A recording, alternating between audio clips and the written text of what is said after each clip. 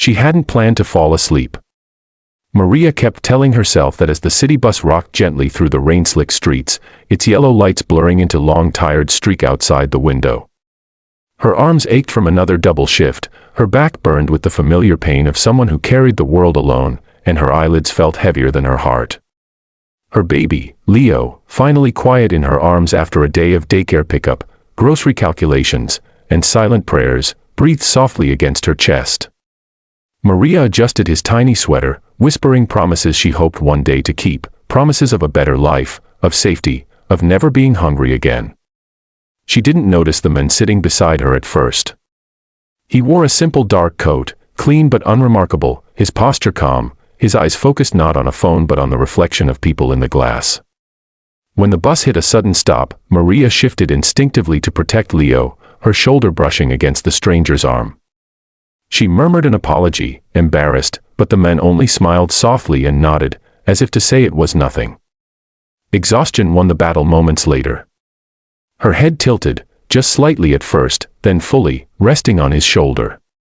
She stiffened for a second, half awake, then sleep took her completely. The bus moved on, carrying secrets no one else noticed. The men beside her didn't move. Most people would have pulled away, cleared their throat, or looked around awkwardly. He didn't. Instead, he shifted just enough so her head rested more comfortably, careful not to wake her or the child. He noticed the frayed edge of her bag, the worn soles of her shoes, the way she clutched Leo even in sleep, as if afraid the world might steal him away. His jaw tightened, not with judgment, but with recognition. Because only a few years earlier, he too had ridden buses like this, counting coins, pretending not to notice the looks of pity or irritation.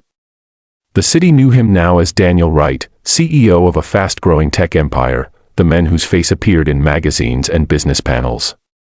But here, on this late bus, he was simply Daniel, someone who remembered what it meant to be tired in a way sleep couldn't fix.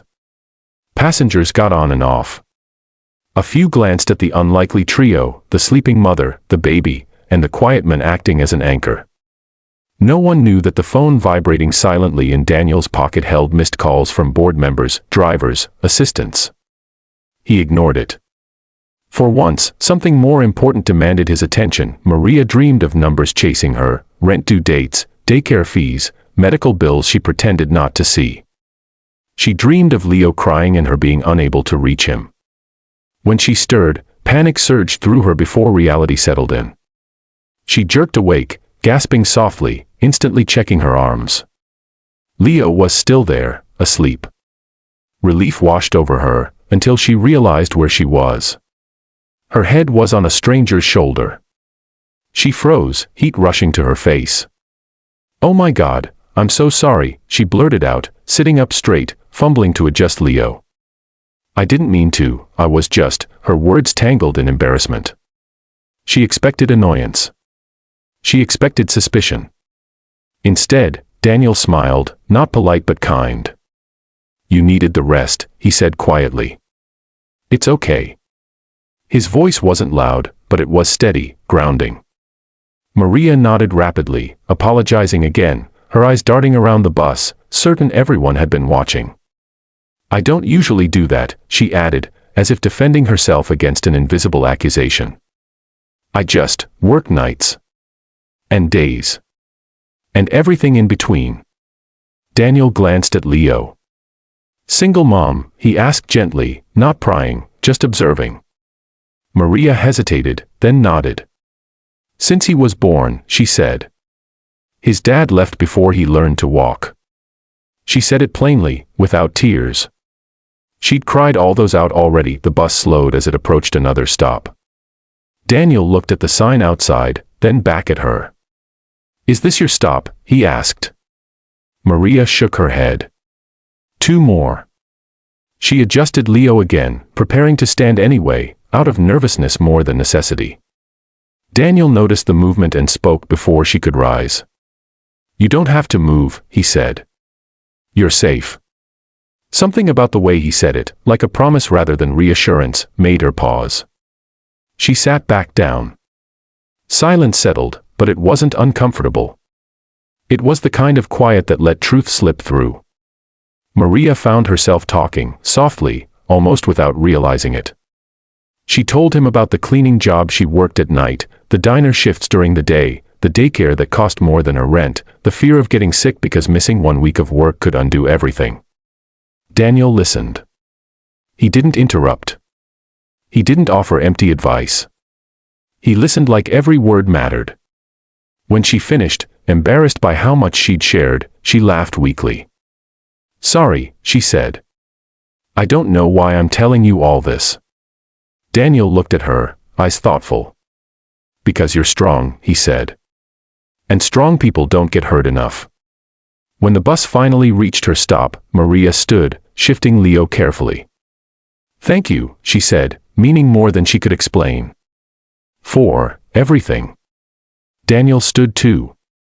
"Wait," he said, reaching into his pocket. He pulled out a simple business card and held it out, face down. "If you ever need help," he said, "not charity, just opportunity, call this number." Maria stared at the card, then at him. "I can't," she began. He gently pressed it into her hand. "You won't owe me anything," he said. "Just promise you won't give up." The bus doors opened with a hiss. Maria stepped off, the cold night air hitting her face. She turned back once, but Daniel was already seated again, watching her with a small nod, as if to say go. She walked home confused, hopeful, and afraid to believe. Weeks passed. Bills piled up. Life remained unforgiving. The card sat untouched on her dresser, mocking her pride. One night, after receiving a daycare notice threatening to drop Leo due to late payment, Maria broke. With shaking hands, she dialed the number. She expected voicemail. Instead, Daniel answered. Not an assistant. Not a secretary. Him. The next morning, she sat in a glass-walled office overlooking the city she struggled to survive in. Daniel wasn't in a suit now. He was still simple, still calm. He offered her a job, not cleaning floors, but coordinating office logistics. Flexible hours. Childcare support. Fair pay. Why me? She asked, tears threatening. Daniel smiled. Because I saw you, he said. And because someone once saw me. The story didn't end with riches overnight or magic solutions. Maria still worked hard. But now she worked forward, not just to survive. Leo grew up seeing his mother stand tall. And sometimes, when Maria passed a bus at night, she remembered the moment she fell asleep on a stranger's shoulder and woke up to the possibility of a new life. If this story moved you, inspired you, or reminded you that kindness can change destinies, don't forget to subscribe to the channel, like the video, and share it with someone who needs hope today. Your support helps us bring more powerful, life-changing stories straight to you.